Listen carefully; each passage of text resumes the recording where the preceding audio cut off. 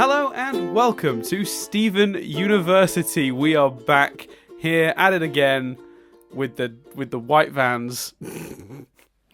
No end in sight. No end in sight to any of this. We listened to you guys basically. We obviously we've just done Over the Garden Wall, which was 1 week, 10 weeks, and then we've done our massive Honey I Shrunk the Audience bomb.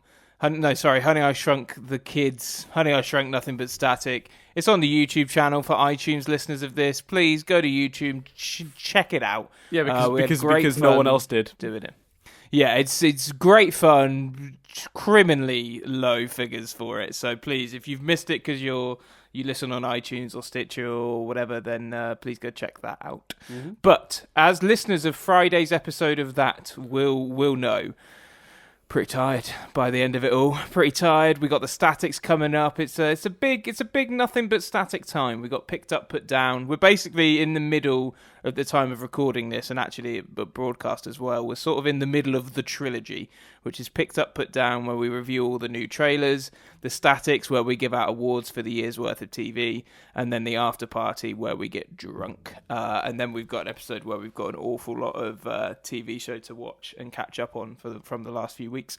But between all of that, like Dan especially, after watching all that Honey I Shrunk the Kids TV show, is audibly tired in the last one. And we sort of hinted, we're not quite sure because of all this going on when we come back with Steven University. But basically, a lot of people on the Discord, some people in the comments made it very clear that you guys wanted Steven University, and when we've missed doing it as well. So we thought, fuck it, let's rip the Band-Aid off, let's find some time. And even though we've got nothing really to talk about, Let's do an episode. And someone commented with a whole list of subjects, so thank you for that. We will get to some of those. But now we're just keeping it shouldn't be a massive long one. We're just keeping it light. We're both going to make some predictions and have some fun with some predictions about the future of the show. So that's going to be sort of our light return. Before we get to that, very quickly, the things that people have mentioned that would be good for subjects, but I just don't think there's enough to say about. So little tiny things related to Steven Universe that have happened since we last did one of these. First of all, it won 2 awards. Hey! It got the GLAD award for Outstanding Kids and Family Program. Obviously, GLAD are a great organisation, and that award means a lot. Particularly, obviously, it meant a lot to Rebecca Sugar, who has pushed. I find it funny people use the word agenda like it's a bad thing, but she's had not an agenda. It is the wrong word here even, but like she is in her show put herself into her show, and she said this recently. It's always been frustrating for her, well, at least it was in the beginning, that there was this one element of herself she couldn't keep in the show, or couldn't make completely open in the show because it felt untruthful. And she's finally gotten to do that, and she's getting recognition for doing it as well now. And I think that's wonderful. So awesome work from whoever. I'm not even 100% sure who votes on the GLAD Awards, but I think they did an excellent choice. It also got a Peabody Award for Children's and Youth Programming. And that is on top of the Emmy it won last year at the 70th Emmys. So, I mean, awesome, just incredible. And it's been nominated a bunch for the GLAD Awards, and it's never quite won. And it's been nominated a bunch for the Emmys as well. Well, I say never quite won. No, it hasn't, I don't think. Looking back, I'm just trying to see if I can see any. No. So it's really nice to see that it's, that it's finally being recognised for its incredible achievements, especially the stuff it's done in the last couple of years. The other thing that happened while we were away was the soundtrack. The part 2, volume 2 of the soundtrack came out with all the stuff up to Change Your Mind. It's great. We're still waiting on a vinyl release, but a lot of those songs they released via Spotify as the show was going on. As they went along, yeah. So there wasn't a whole lot. I don't know how much I'd have to say on that. All we're really waiting for now is a vinyl version of that and a Steven Universe sort of like background music album with all the sort of incidental songs. That'd be wonderful. But that's again, it's dependent on demand, I suppose. But it seems to have sold very well. But I think it went straight on Spotify this time, and I can't speak for the first album, but that's got to have helped, right? Like people just the idea of just being able to listen to it for freezies, just on the Spotify's. It's got to help. So there you go. So that's a couple of things people mentioned that we could talk about. I don't think either of those subjects, sadly, have enough to make an episode out of, but it's definitely worth mentioning. And well done to Rebecca and the team for the awards. Yeah, huge congratulations to the crew and the Crewniverse. I think the soundtrack is awesome. I think the reality is, especially because those songs are mostly from when we were doing like hour-long episodes. So I think we have covered the songs in the past. Yes, we covered we would cover the song in the episode that concludes the song. So like we talked about in our first Change Your Mind episode, we talked about the Change Your Mind song. So you know. So. Yeah. So instead, we're gonna have some light fun, doing a few predictions. So, who wants to go first, Dan? I'll go first if you want.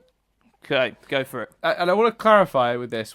I actually just blurted out into my phone's notes, app, like 13, 14 predictions, just threw out ridiculous. Some of them ridiculous, some of them good, some of them big broad swings that it's like, how can that miss? That's barely a prediction. That's like so. So then I went through that list and refined it, and I've gotten sort of one from each of those categories. So some of these are silly, some of these are more serious, some of these are wider, some of these are a bit so specific that like who knows. I will say one of the rejected ones is just crying, lots and lots of crying. Wow, bold. No. So I'm gonna go. I'll go straight to a. Do I go straight to a lighter one rather than a big bold one? Yes, why not? Sadie Killer and the Suspects are a hit on Homeworld. Why Homeworld specifically? What do you think will take them there? I think a lot of the gems going back and forth between Earth and Homeworld will have heard Sadie Killer and the Suspects, and not being hugely experienced with music from Earth, Sadie Killer and the Suspects may be the first Earth act to break into Homeworld culture, and for some reason it may just like hit, and I think you could do a really fun episode where they do a gig over on Homeworld. That would be that's a great prediction. I love that. It's one of those predictions that's absolutely insane, and it's not likely, but it'd be so much fun if they did it. Yeah. Yeah, I cool. think there's a lot of Good potential for that, because it'll tie slightly into a theory I've got later, one of my more serious, wider ones. But I think there's a lot of scope for doing a story with Sadie finding success, and I just thought, well, how do you make that more interesting than just, oh, she's playing big gigs now or whatever? And it just kind of occurred to me that that'd be a really neat idea, and I think it'd be really fun to have her experience of Homeworld, the whole band's experience of Homeworld. I agree. We're definitely going to see her get more and more successful. I love the Homeworld theory. A thought I had regarding Sadie and the Killers was that it would be used to tell more stories about Greg and link to his past. So I think there will be an episode where Greg is almost jealous of their growing success because he didn't have that success. Right. And that will kind of conclude with him realizing that he had Steven, and that's great enough. I think there's going to be a few. I think there's got to potentially be scope to do Earth stories that don't necessarily involve the monsters, and that I think is a good emotional character based one. They weren't monsters, Chris. They were people. They were gems. Corrupted gems. Yeah. I have an interesting question about that then, because I feel like that's not very much in Greg's character to be jealous. I think what might be the way they would do that plot would be that Steven assumes Greg is getting jealous and is trying to placate him and like trying to make it easier for Greg and trying to sort of like, and trying to be like, is it how are you feeling about that? Like, and eventually Greg's just like, Steven, I won the lottery. I have you. Like, I didn't get to have that life that I dreamed about when I was a kid, but I had a very different but equally exciting life. You don't need to worry about me being jealous, and do it that way. That's nice. Because the reason, nice. Because I just find it hard to buy Greg being jealous. He's just the way he's been portrayed so far. That would feel out of character. But I think, and this links into further predictions, I think we need to start seeing different sides to the characters, though, and I don't think it's as big a jump. I agree. Like, it will be a bit. Part of my thinking was the fact that it will be slightly off kilter and slightly out of character, or maybe he doesn't realize he's acting on jealousy. It's not so overt. But and again, this is maybe just a preference thing, but for me, I think with character stories, if you go from A to B in the first 5 seasons of the show, you don't want to then jump to D in the next season. You want to sort of then go from B to C. Does that make sense? Absolutely, but you've got to take him from where he ended up and move them on. I think there's a way to do that well, though, and like if there's any set of writers that could do it well, 100%. It's these guys. Yeah, I think written correctly, and let's be honest, if anyone could pull it off, you're absolutely right. Be these guys, it could definitely be made to work depending on how they portrayed it. But I really like the idea because I like the ideas that it's exploring. What you just described, I think it's a good way to sort of do a story with Sadie and home and Earth and make it still earthy. But I think that you've got to sort of wonder about. For me, like does that fit in his character? Like, and because there's a how much work would you have to do to evolve him to there for it to feel believable? Does that make And is that a big leap that you'd need to build up over a few episodes before you could actually pull the trigger on it? I don't know. I think maybe doing it that way might work a bit better. Within a single 10-minute episode, you'd probably struggle. I think. Not fair. Impossible, just I think it's harder, basically. Yeah. You got another one, or do you want me to go to give you another one of mine? It's up to you, mate. If we can flip a coin, we can go back and forth. I don't really mind. We'll go back and forth. Give us your next one. Sure. Lapis and Bismuth will have an episode. I think Lapis will realise Bismuth poofed her, and she will learn to finally let it go through Bismuth. Bismuth will... Yeah, she'll sing a song in an ice castle. She'll make a dress. But she'll make a dress with ice, and it'll be beautiful and very powerful and a real statement on feminism. I think Frozen 2 looks awesome, as a side note. It does, actually. Yeah, I think it looks really good. I went back and forth on this because I think they've laid too much groundwork for it not to be Bismuth and for us not to explore that. I think if they've done that groundwork, we have to see her react to her and how that works out and how that tension builds. But when we've not done it already, just sort of reverting back and being like, oh. Well, I think that's going to be the idea. My version, the story that's in my head is that Lapis has yet to remember specifically, but she suddenly has a flash. Because it's been thousands of years, right? Like the exact details are always going to be a little fuzzier, But there's going to be this weird moment where suddenly it's going to hit her what happened. And her initial reaction is going to be to go back immediately on her old habits. And the episode will be about her learning, no, we keep doing this. We keep making this mistake. We have to let this go for once and for all, because otherwise we can't keep letting our past just dictate how we behave in the present, and have Lapis learn that lesson and put a nail in it. Because I think while you can argue she's kind of learned that lesson across the wedding arc, we didn't really get to see it play out. And we all commented... Yeah, that's fair. That we were kind of not robbed, because it made sense in the context of those episodes, because you wanted the moment of Lapis is back and she's on side and she doesn't give a shit anymore, But actually getting to see her explore those emotions and those decision-making processes would be really nice. So to have a momentary relapse because of something as powerful as the person who literally poofed you and put you in that fucking mirror. Well, I don't know if Bismuth actually put her in the mirror, but Bismuth certainly poofed her on the battlefield.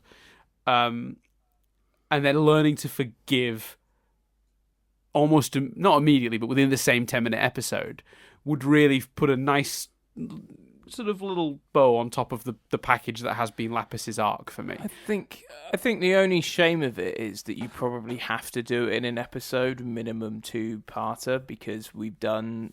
Lapis flies away a bit too much now, and so that you kind of have to resolve it in an episode, Yeah. which is a shame because I'd prefer to see it be an arc. But like I don't even it's think a bit she'd too fly similar to previous. I'm not even sure she'd fly away. I think it would be really negative reaction towards Bismuth, and then learning that, like, you know, everyone did crazy shit in the war, like, and that it wasn't, and that maybe even Bismuth, you know, felt really guilty about the things that happened during the war, and having her learn that way. I think it would be and maybe even force those two together, trap them somewhere in some other story, like as part of a adventure, and then have that come out where they can't go away from each other. They've just got to face it.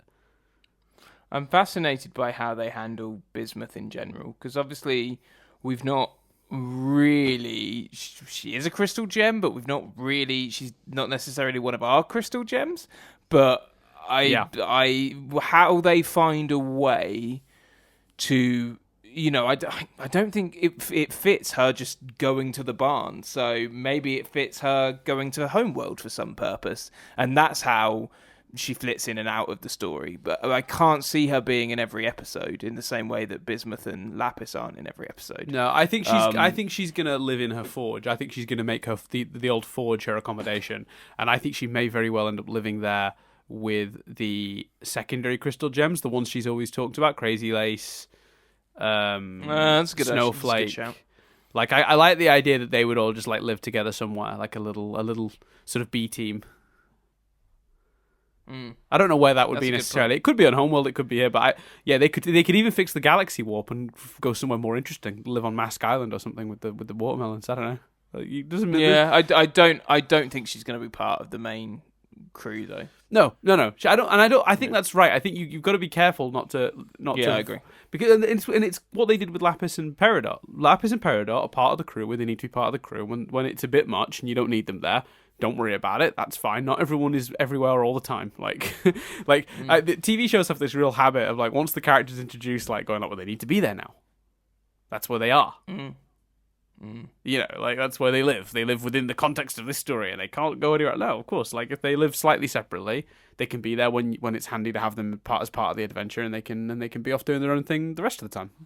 The show's never had any compunction or fear of like in regards to like just putting a character aside and like just not hoping, but like understanding you'll accept that and go, well, they've got their own lives. They're not all glued together.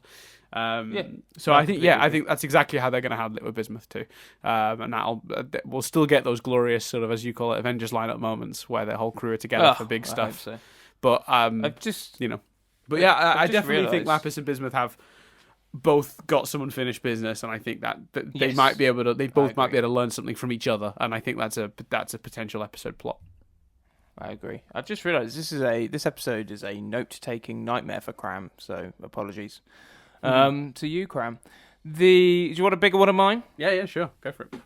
I think Garnet is going to get either a gem or a group of gems or something to have to represent or look after or care for.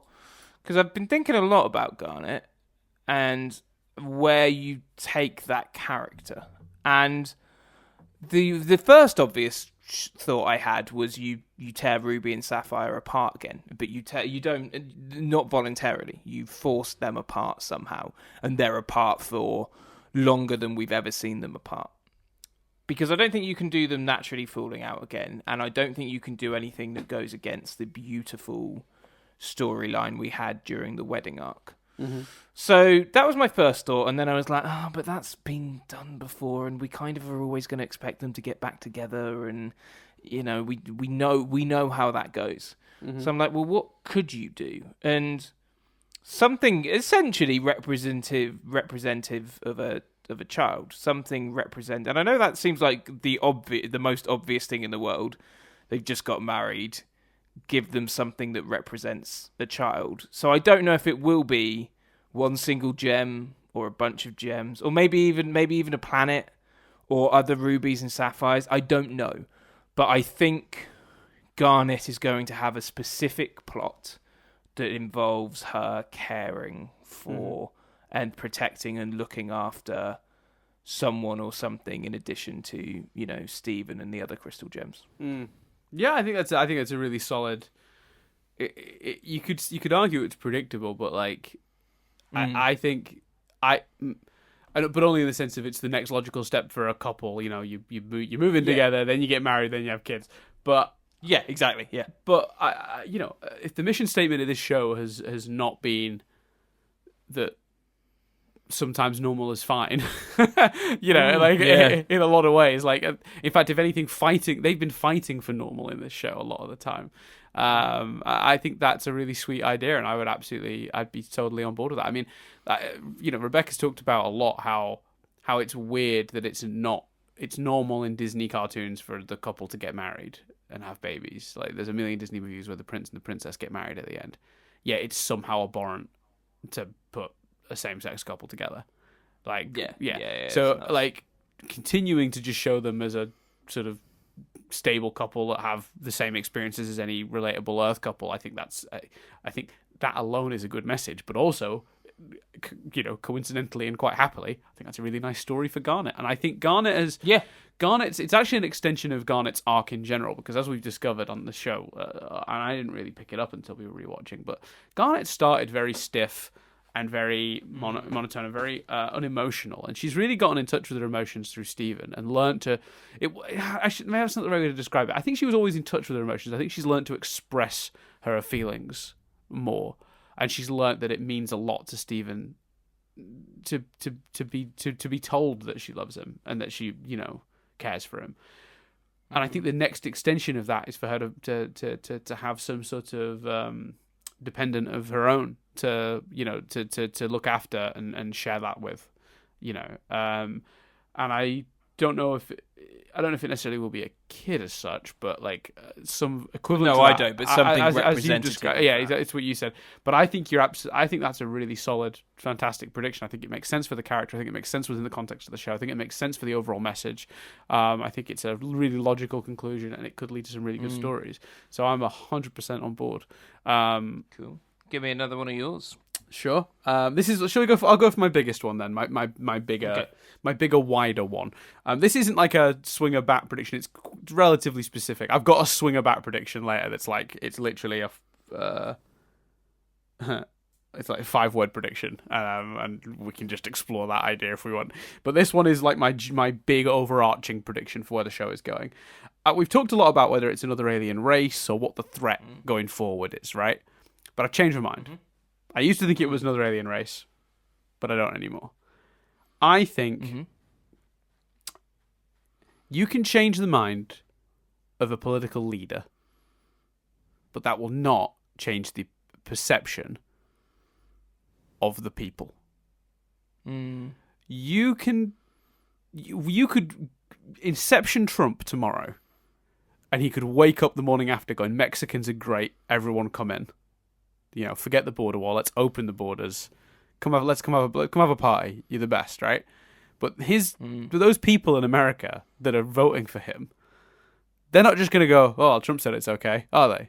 They're bigots because that's culturally the world they've grown up in. That, you know, socially and culturally, that you know, they've grown up as with that mindset, and that's what's acceptable to them, and that's their belief system and their structure. And you can change the mind of a political figure, but it's not going to change the mind of those people, as we've seen. Like I said, you know, no, there aren't many politicians around now openly. Well, that would be a lie. Actually, I was going to say openly campaigning for like discrimination to be a thing again, but there are some, which is depressing. But my point is, and what that means for the context of the show is, there's a lot more work to do, I think, and I think it's going to parallel beautifully, because I think you're going to have a certain amount of gems on Earth that don't want to go back to Homeworld, some of the corrupted ones that have been done, and we can do stories about Earth maybe having trouble accepting them. Maybe not the townies of Beach City, but wider afield. I think there's going to be some not great response to the gems, because there's a lot of them now. And I think on Homeworld, there's going to be a huge amount of kickback. With, like, so if the off-colors go back, they're still going to, you know, be sworn at in the streets, essentially. Like, and I think that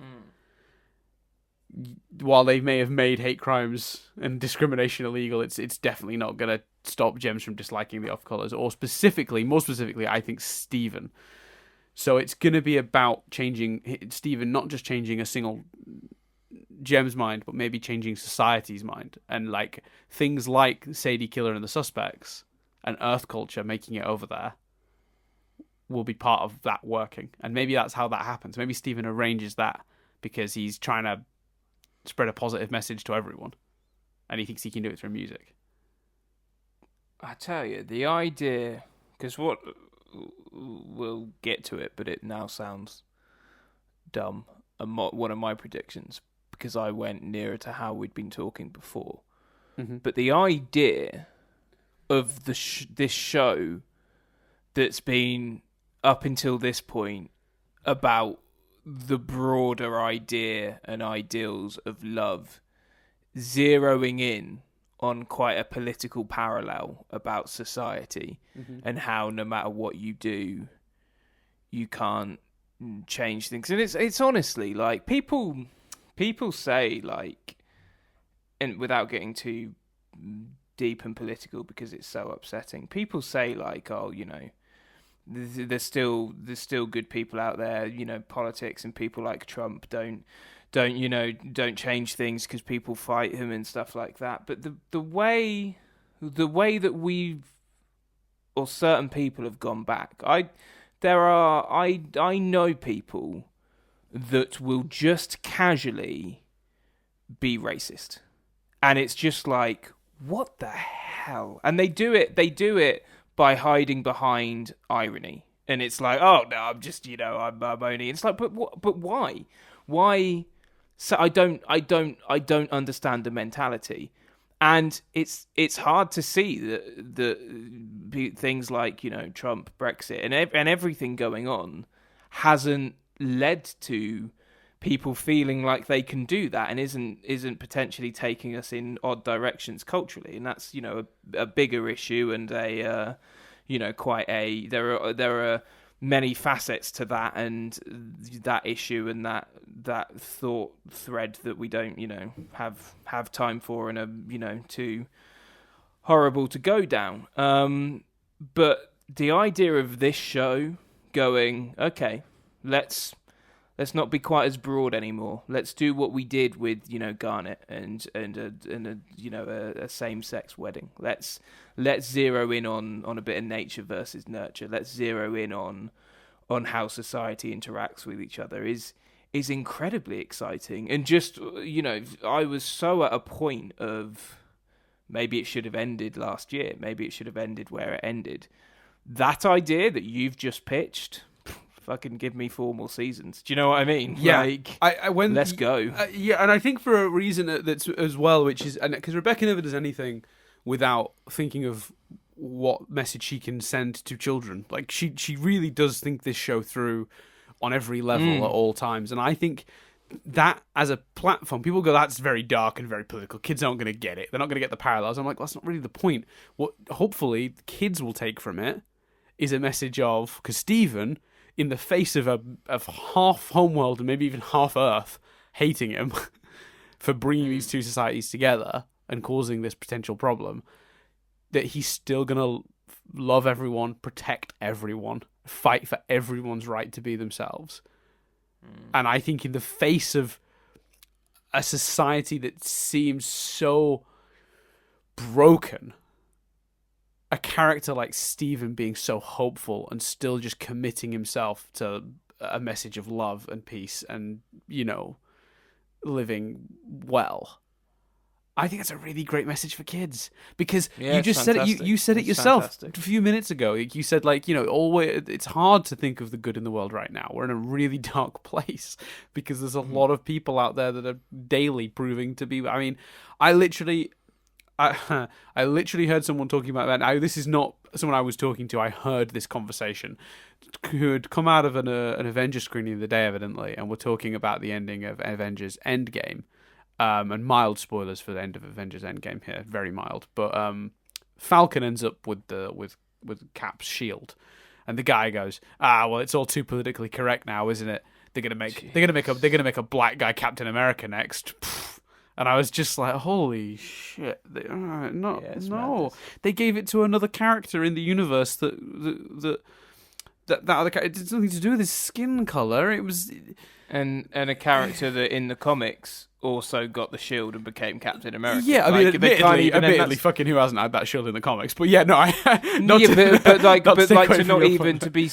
to be so narrow-minded. Yes. Do you know what I mean? It's just following the story in the way that other elements have. So in a world, it's madness, and I want to clarify, it's not like my closest friends are doing that kind of stuff or anything, but I feel like you like that. You come across it in passing in today, that kind of thing, and it's not just racism, it's homophobia, it's sexism. Correct. And it's when you've got such public figures that have said such horrendous things, it does create a society where suddenly people say things that maybe they wouldn't have said 5 years ago. Correct. It's just so casually. I think because of Brexit and Trump, the focus right now is on xenophobia and racism, because that's really, those two issues, Trump and Brexit, have really brought those to the surface, which, it doesn't mean to say, obviously, there isn't still a huge amount of, like, sexism, homophobia, and all these other very serious issues going on, but I do think that what it's done is it's emboldened the racists and the xenophobes, basically. Whereas I don't think anything has happened that's emboldened the homophobes or the sexists. Does that make sense? So that's why our examples are leaning that way. But my point is that it's really easy to feel hopeless right now. And I think it'd be really nice to give the next generation the tools to just be like, no, I'm still going to see the good in the world. I was taught that. I learned that on TV. So the reason that plot appealed to me, whether that's the way they go or not, obviously we've learned our lesson. No flag planting. It's not happening anymore. But I think that would be one potentially very cool way for the show to go. And whatever they do, I'm sure it'll be brilliant. But whether it's the same as that or not, but I think what coming up with that really did for me was make me go, God, there really is scope to do so much different stuff with this, because that didn't even occur to me 4, 5, whatever. What were we, 3 months ago, 4 months ago now from Change Your Mind? How far are we out? We're a while out. It's been a while. Yeah, we're a while out. But like that never occurred to me at the time as a possible direction we can go. And the fact that that's come to me, an idiot, in 3 months, whatever they're cooking up over at Cartoon Network right now, over in the studios with the crew, it's gonna be great. I'm sure there's clearly enough scope to do some more interesting stuff. So I think that's a very positive thought. Do you know what? Just because I got to get this off my chest because I haven't said it to anyone, and I'm not in any way comparing it to the examples we've just talked about at all. But in terms of people just feeling they can say stuff today, do you know what someone said to me? Someone that I know, someone at work said to me today, talking about me getting married next year, and they said, so when you get married, are you gonna be the shape that you were when you met Jess? And I went, huh? And they went, oh, and I really I was like, no, what do you mean? And they went, well, are you gonna go back to look how you looked when you met Jess? Did you have the beard? I went, yeah, I had the beard. What do you mean by shape though? Yeah. And they went, and eventually they just said it. They went, well, are you going to be smaller? And I was just like, I don't know why you think you could talk like that to someone. That's horrendous. That's crazy to me. And also, I mean, this could just be a symptom of just, knowing you for as long as I do, like I have. I mean, obviously everyone's weight fluctuates a bit, but it's not like you met Jess and now you're some sort of giant blob monster. I don't. Yeah, I know. I mean, if you have put on weight, it's a very minuscule amount compared to. Do you know what I mean? Over the course of I see what you're saying. Your body shape has not changed massively in quite some time. So I don't really. If you'd have been, if you'd have been like, super skinny when you met her, like really thoroughly in shape, and then got a bit larger, that would maybe make more sense. But it's not. Again, we're not talking night and day. Even if you have changed a little bit, so it's a very strange thing to point out. And I appreciate, appreciate what you're saying there. But even regardless, just the connotation that you got in a relationship, and then just like gained 8 stone or something. I don't think they appreciated me pushing, and they were like, "Oh, everyone gets comfortable in a relationship." But the bigger point is like, we live in a world where people think they can say stuff like that to each other still, and I feel like. And it's a very small example compared to the stuff we were talking about earlier. I'm aware of that. I partly just needed to get it off my chest because I hadn't mentioned it to anyone. But like, I think that is, even though, and Twitter and social media is to blame as well for a huge part of it, because people don't have a face anymore. There's I urge anyone to listen to Ricky Gervais's Deadly Serious episode. I think I've mentioned it on here before, with Danny Wallace, where Danny Wallace confronts someone who told him to die on Twitter in a pub, and that person crumbles because suddenly it's real. Suddenly it's an actual thing. You're not just firing words into a keyboard. And hey, if this show can address some of that shit, I think make a difference to one child, hell yeah. And I really think the off colors might be the key to it, because the off colors and garnet and any other fusion, like permafusion of that nature, like, oh god, imagine that. Imagine that. Stephen having to go back to Homeworld because there's unrest, civil unrest, rebellions, whatever.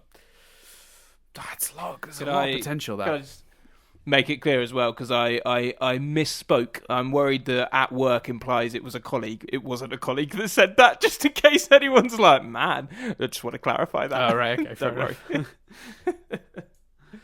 Cool. So yeah, my bigger one. Before we talk more about the world, there's also a lot of love in the world. I feel like we've been quite down on society. Yeah, but that's the point, Chris. If we'd have had a show that could have taught us when we were younger. No, I'm kidding. Yeah. No, it's easy to be down on the world right now. It really is. There's a lot wrong. There's a lot wrong. But we're here with a great community of people that listen to this. So thank you all. My thing, so I'm going to stick this because I just love your idea so much, but I'm going to stick to this because originally I put this would be the movie, and then I thought, well, it might be the series arc. I think the movie is going to deal with something or someone from the Diamond's past. I don't know if that's a former adversary that doesn't understand why they've changed their minds. I don't know if that's someone trying to seek revenge.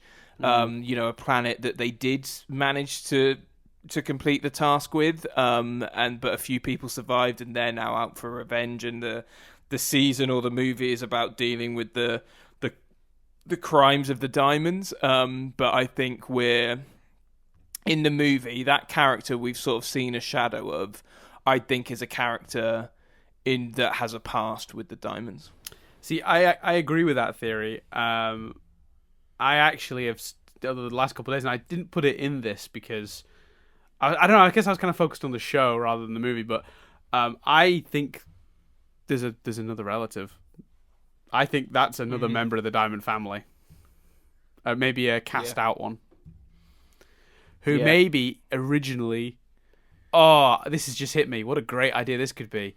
What if there's another Diamond that felt like Pink did before Pink existed, or was more was going that way, that was cast out for having those thoughts, and and has been either imprisoned or in exile, and returns not only to maddened by that experience, not only to discover that the Diamonds have now changed their minds, but that Steven exists and caused that and got to do the thing they wanted to achieve.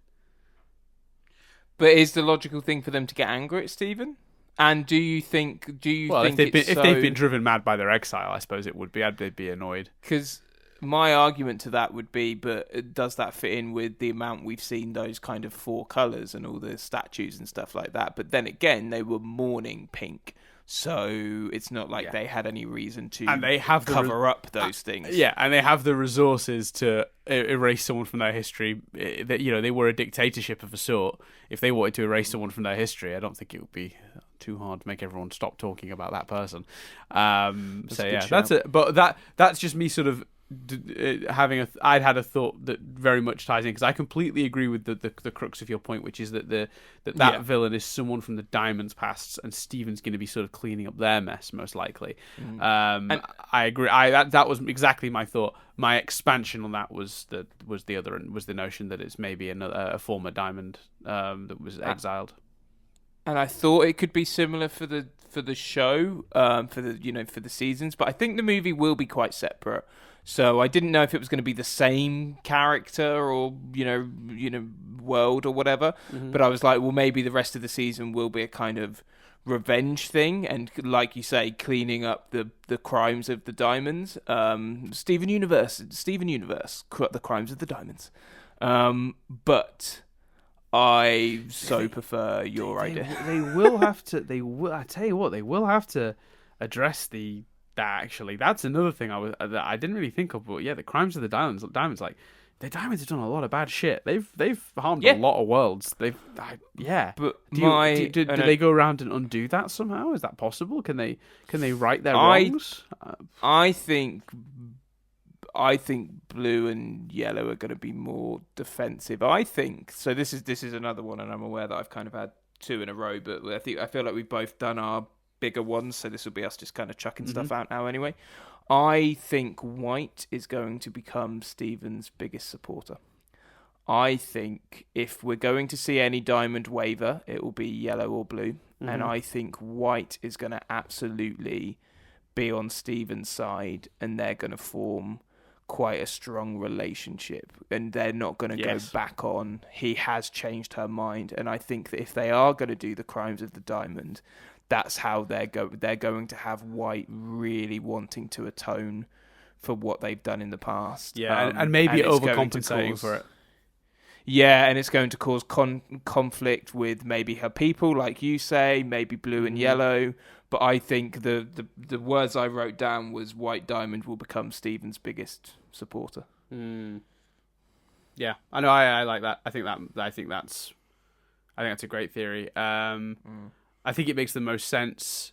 You think it wouldn't, because obviously blue and yellow were on his side first, but I feel like the irony of that situation is that of all of the gems, white was all of the homeworld gems, I should say, white was the freest, because everyone else was following white's lead. So white could just choose the lead. Do you know what I mean? So white never. Yeah. So it's going to be harder for yellow and blue to get out of their old habits than white, who was always able to change her mind, just didn't want to. Do you know what I mean? Whereas yellow and blue couldn't. And it's been, like you say, months since we saw Change Your Mind, but I feel like we didn't. We had yellow and blue go, all right. We had white go, you've changed my mind. It was way more of a, right, white's perspective has shifted. And because we were building to them all trying to convince white, like, that's maybe why it's not as noticeable. But I feel like yellow and blue were a bit more, well, I guess. Maybe I'm wrong. I'd have to rewatch it with that in my head. Well, my memory of the reasoning, because we talked about that quite a lot on here, I think the reasoning for blue was that she realised that they'd always mistreated Pink by not listening to her. Again. But that's not changing her mind. Again, that doesn't mean they were wrong. Yeah. It means they mistreated Pink. Yeah, and yellow seems to have shifted when white was attacking blue. Yeah.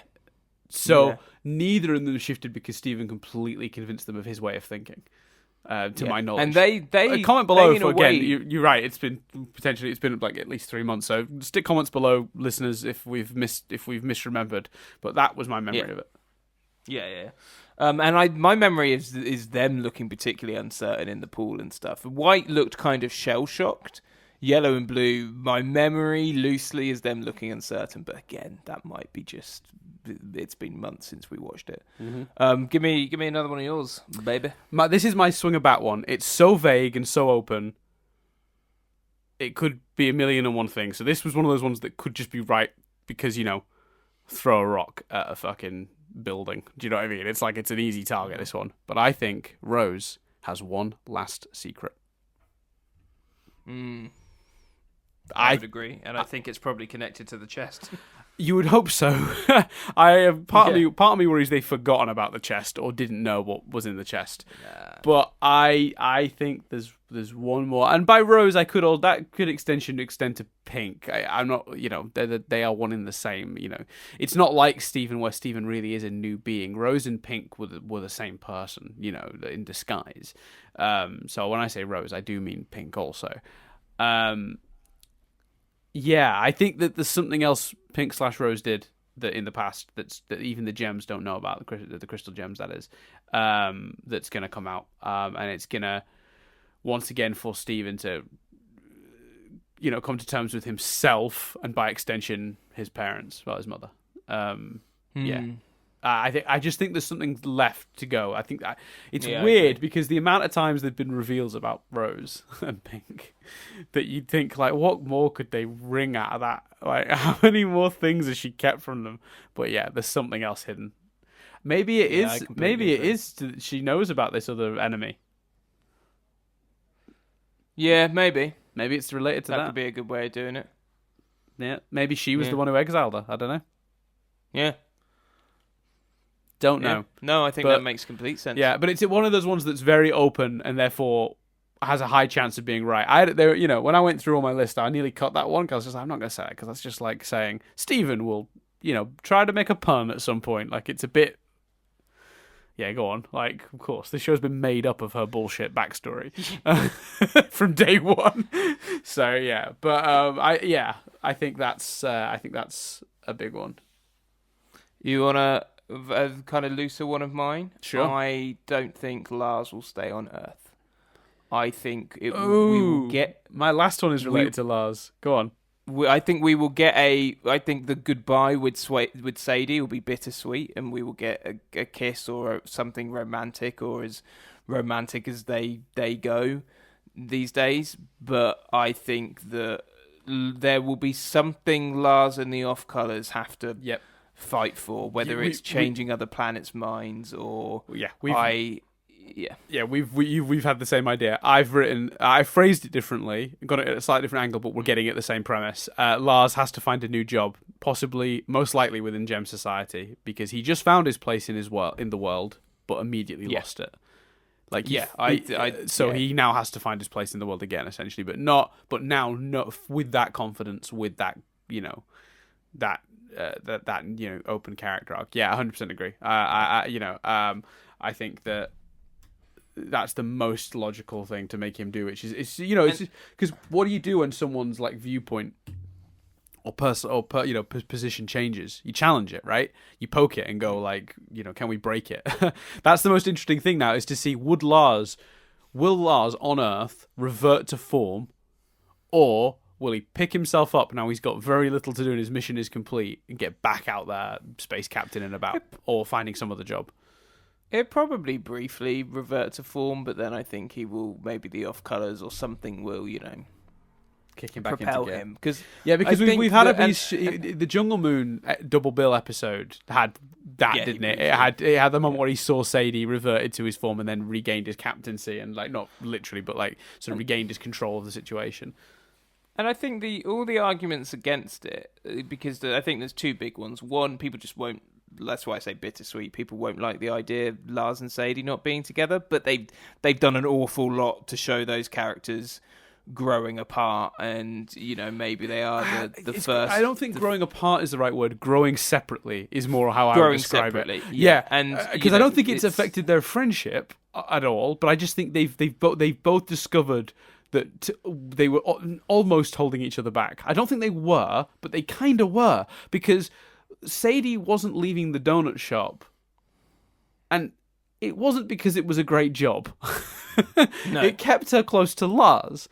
Lars goes, and what happens within a few weeks? She quits Yeah. and follows her dream. Yeah. They were not the healthiest of relationships. They were kind of keeping each other in the same place, and without Sadie, Lars found his confidence in his thing. So I just think like there's an element of maybe they shouldn't be together.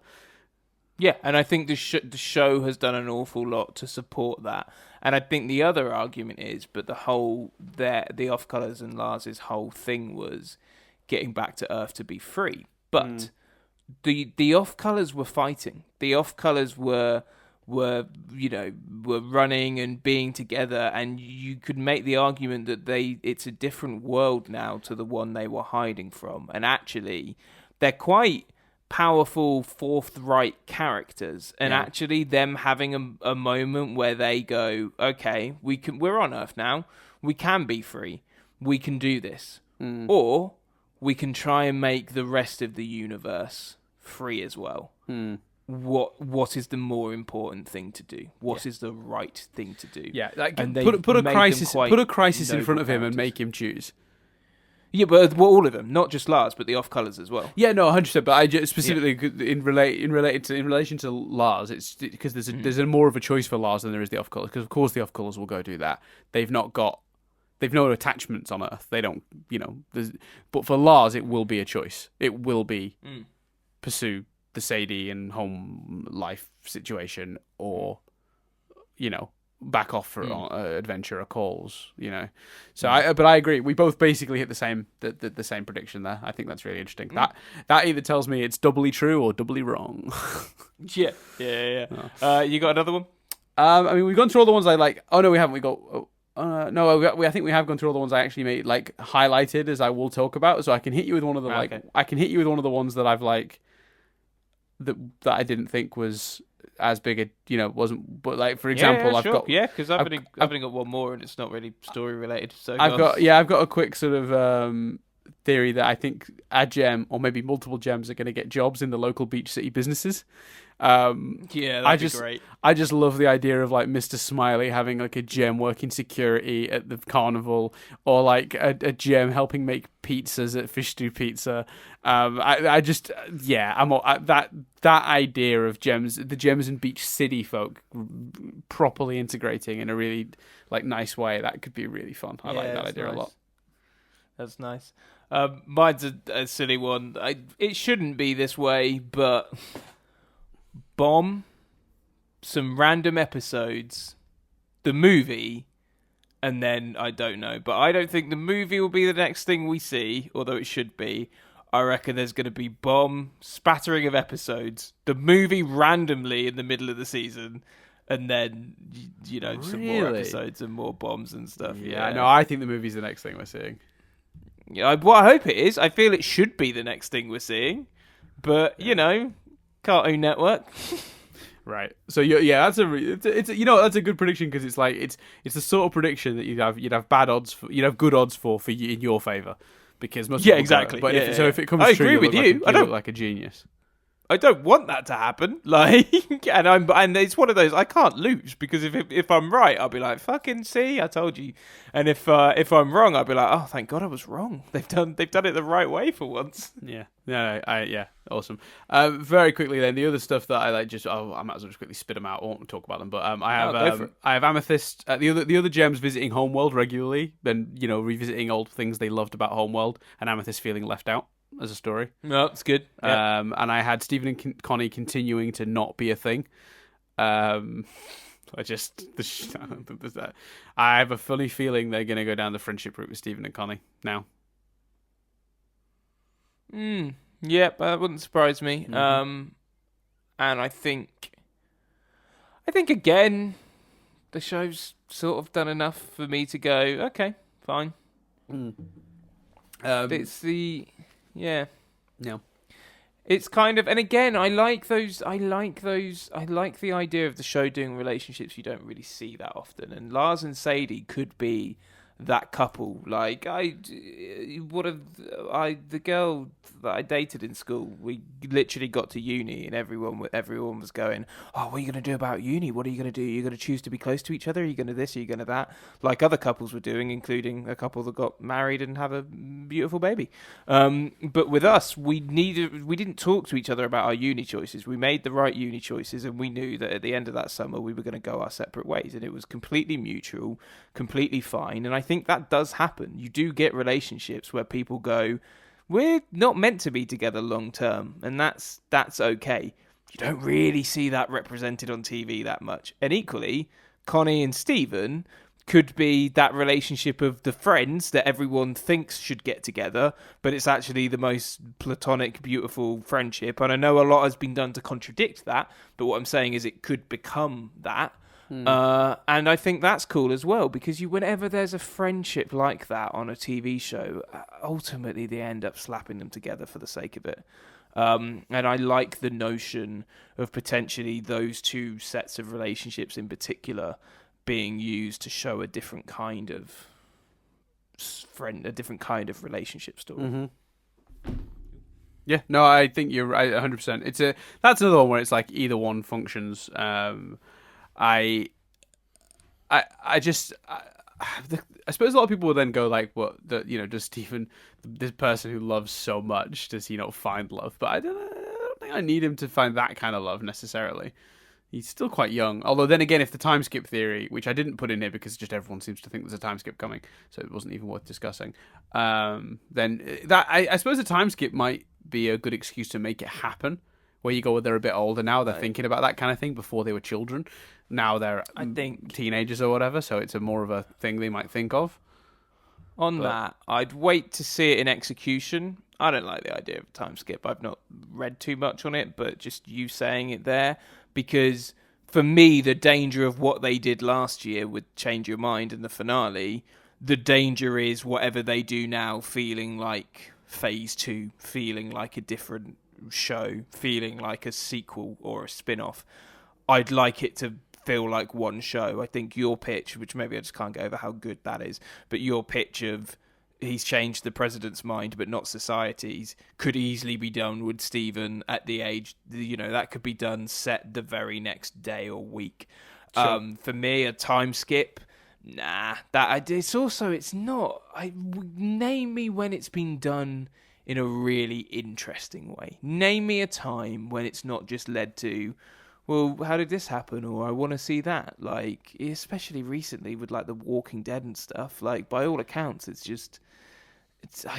don't know. I don't think there are enough examples of it really working for people to keep doing it. The benefit here, and the reason I think a lot of people have lent into it, is the idea that you let the dust settle on this without having to like explore the awkwardness of everyone like being like, oh, I guess this is the situation now, and you sort of come into it and explore the new world formed where the dust settled.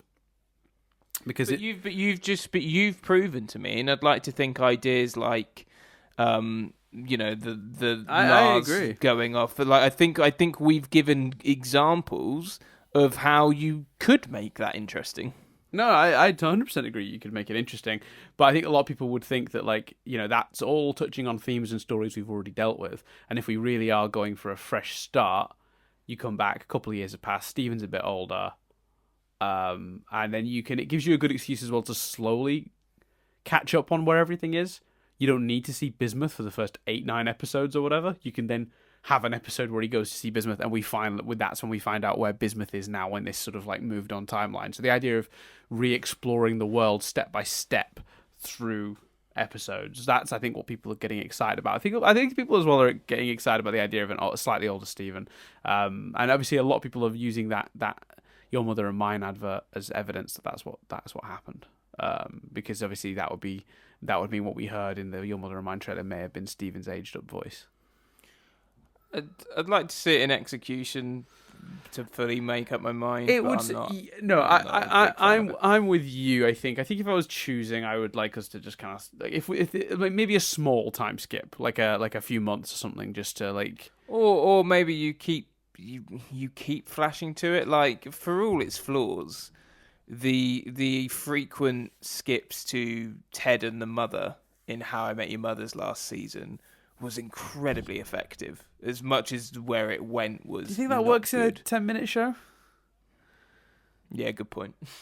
Because I Just trying to think of examples where it worked, because I think people would go, it worked on Fringe, but I don't consider Fringe to be a time skip, because essentially Fringe was a location change, because our characters that we'd been following didn't particularly skip. Do you see what I mean? They got frozen and then unfrozen. So the setting changed in Fringe, in my opinion, more than I agree. a time skip. Yeah, I would agree. Yeah. What else you got? Big ones. You know, corruption not being completely healed. Still some signs of it. Maybe like ongoing solutions to that. I also put Lapis definitely not trusting the diamonds. Still like thinking that it's all a ploy. I think that's logical. And I think that's all of the ones I noted down. Well, I tell you, this has been a good time. I've had a great time, Dan. Me too. I've had fun. I think that's it. I think we've done enough. Oh, actually, I'll tell you one. I'm glad we did it. Me too. It was a good idea. This was Chris's concept for an episode, and credit where credit's due. It was a good idea, really good idea. Thank you very much. I liked it when you said it. Obviously, that's why we've ended up doing it. But yeah, you did. There wasn't any. There was just because even to the point where I today went. Did Dan agree? Because I don't remember him saying anything, which means he either agreed with no mulling. Or he didn't reply and is still mulling. And I just looked at it, was like, oh no, he did. He just said, sounds good, or whatever you said. Yeah, I said, like, sure, or sounds good, or let's do it. Like, I literally, as soon as you said it, I was like, yeah, that sounds like a great idea for an episode. So yeah, I was on board pretty much instantly. And it has turned out just as fun as I imagined, Chris. Yeah. Before we go, actually, there is one other piece of Steven Universe news, actually, that I've forgotten about. Well, they've announced a book. Oh, that's cool. Yeah, it's called wait. It's called The Tale of Stephen. So it's kind of a partial adaptation of. It's written by Rebecca Sugar, and it's sort of an adaptation of Change Your Mind, but it won't just be adapting that with a singular narrative. Instead, it will sort of, and this is the quote: "It'll follow the story of Pink Diamond's escape from Homeworld, Rose Quartz's life on Earth, and the creation of Steven Universe from multiple conflicting perspectives." That sounds good, but part of me's like, give me that in the show. Yeah, well, maybe if it's popular, they will. I don't know. But like that stuff I've been asking for years. Yeah, no, 100%. I think it's a really neat idea to fill in some of those gaps. I agree with like it in the show, but I'll be reading this, I think. Oh, yeah. Jesus, Dan, we'll have to. We'll have, like, fucking 27 weeks of hiatus content to fill. Like, of course we're going to be reading it. That's a good We're point. going to be doing a whole episode based on the synopsis on the back of the book. Like... Actually, when is the book released? Oh, man, you just really depressed me. It hits bookshelves October 8th, which is probably around the time that Oh, that's annoying. That's probably around the time the fucking movie will drop. That's annoying. I don't know. Wouldn't surprise me if we didn't see anything for the rest of the year. Deadly serious. They told us fall for the movie in the first trailer, so. Oh, okay, fair enough. So we've the advert that aired immediately after the Change Your Mind was an advert for the movie, and it said fall. So okay, fair enough. So that's what. That's like October, September time. Yeah. Fair enough. But yeah, that book looks great. I'm on board. I was saying earlier today in the Discord that cool. I'm because they've done this before. They adapted The Answer into a picture book, and it was great. And the artwork was beautiful, and the the story was really nicely done, and it was just brilliant in general. But it was it's a short 10-minute story that's been adapted. They're adapting a 40-minute episode, and they're throwing in all that extra shit. So my theory on how it's going to work is that it's not going to be a full one-to-one adaptation of Change Your Mind. I think it's going to be I don't think key events from Change Your Mind intercut with the backstory.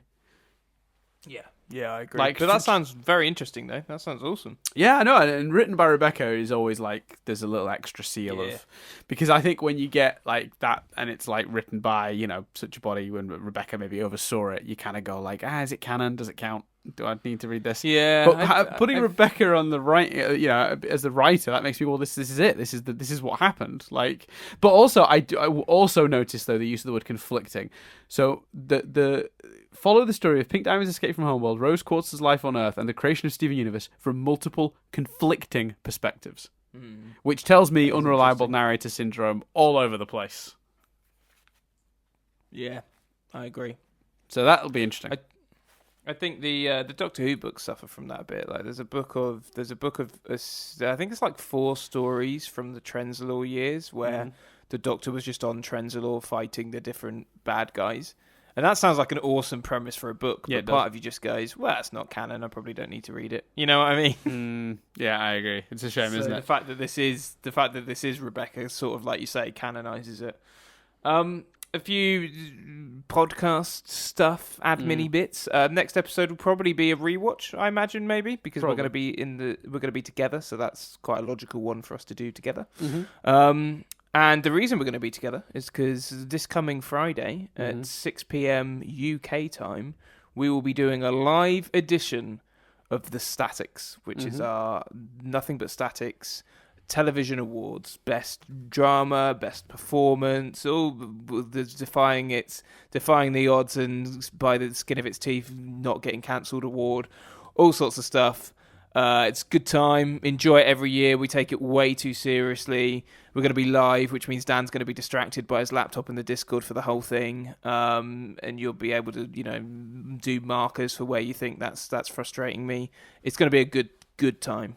I think I'm very excited. What I think we always neglect to tell people about the way the Statics works, and it's really the selling point, in my opinion, is it's not just we list the award and then list who won it because we've previously decided. Yeah, we both make picks of who we think should win the award. Then we don't know each other's picks until the day, and then we read out each other's answers and then debate who should get it. And it's always a lot of fun to talk about, and sometimes we agree, and that makes it very easy. We still talk about it, obviously, and why it deserves it if that happens, but it's always a fascinating thing to do. And that is like, when we hit on that idea of doing it like as a debate, I think it was in the second ever Statics. I think the first Statics we didn't do that. We just read out who should get it and why, and we talked about other people that deserved it maybe, but we pre-decided everything. The most interesting part was the bit we did before we recorded, when we actually were talking about it. So we made that the show, and I think if you want to go back, you can watch on the YouTube channel the 100th episode of Nothing But Static, which was the Statics. And there's a video version. This, it's worth noting, will not be that. No, in terms of very good quality, because we're going to be recording it like a podcast, but we're going to be sticking a webcam and an extra camera, an extra microphone in the room to capture it. So you guys can essentially, if you want to come at 6 o'clock, 1800 UK time, which will be 7 for most of Europe, and in LA it's 10 o'clock in the morning, and New York it's 1 o'clock in the afternoon. I think it's 1 a.m. in the Philippines. Once again, sorry, Bianca. Sorry, Bianca. But you'll be able to watch us record it, basically. We potentially are going to go live earlier than that. We're probably going to actually be broadcasting from, I think, probably closer to 5:30 UK time, so half an hour earlier than all the other times I just listed, just as both a test and also to get the that out of our system, so we don't ruin our podcast with, hey, we can talk to people live, like let people comment and reply, and we can sort of make it a bit of a talk with the people in the chat before then getting into the actual serious business of our Statics, and also be a good little test to go half an hour earlier as well. We'll know it's working. Yeah, definitely. I'm very nervous about that because it's my internet. Yeah, I know you are. It'll be fine. Don't worry, buddy. I think it'll be a lot of fun. It'll be maybe we'll check in during the show with listeners. I'll try not to do that too much, I think, because as Chris pointed out, that could become quite distracting. And I want to focus on the podcast to make sure the people listening at a later date aren't like, God, just half of this is them talking to people I can't see the comments of. I don't know how good that is for those people. So we'll try not to let it ruin the podcast. I will say, historically in the past, we have done songs for this. One year I joked that we needed an opening number, and then I did a rap. And then every year since, we've had songs. Chris has done some, I've done some. They've been a mix of they've run the gamut from like utterly abysmal to pretty terrible. So I think there's plenty of scope for us to to disappoint you all with an equally terrible song this year. We're hoping to do one together. That's the current plan, but that's a we'll see. But yeah, make sure next Friday, between 5:30 and 6 UK time, join the Discord if you want to get. I'll be posting updates about when we're going to go live and stuff across the day. You may even over the course of the week see me go live on this YouTube channel to test it for 5 minutes or something. One of the days, just to make sure that I've got everything working. So join it on Friday, and then we'll be back next week for some SU. Yeah. Oh yeah. Well. Oh, that's a promise. I don't know if we can make, but we'll try. What, to be back with more SU? Yeah. Yeah. We'll do our best. We do have to record minimum of 3 podcasts that next weekend for that to be the case. And I was pushing for 4 the other day, so we shall see. Yeah, exactly. But yeah, thanks very much everyone for listening. We love you all. I've been Dan Doolan. I've been Chris Billingham. We'll see you in a week's time for more of this.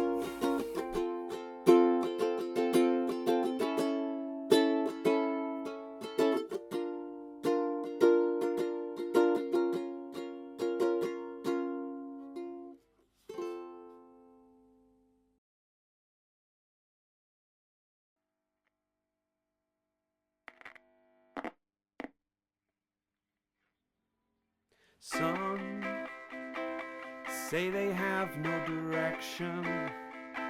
They're just a light speed distraction. But that's a knee-jerk reaction.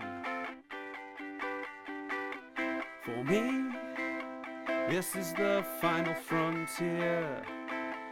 Everything seems so clear. Stephen's destiny I steer. This life of being wrong is all I've ever known.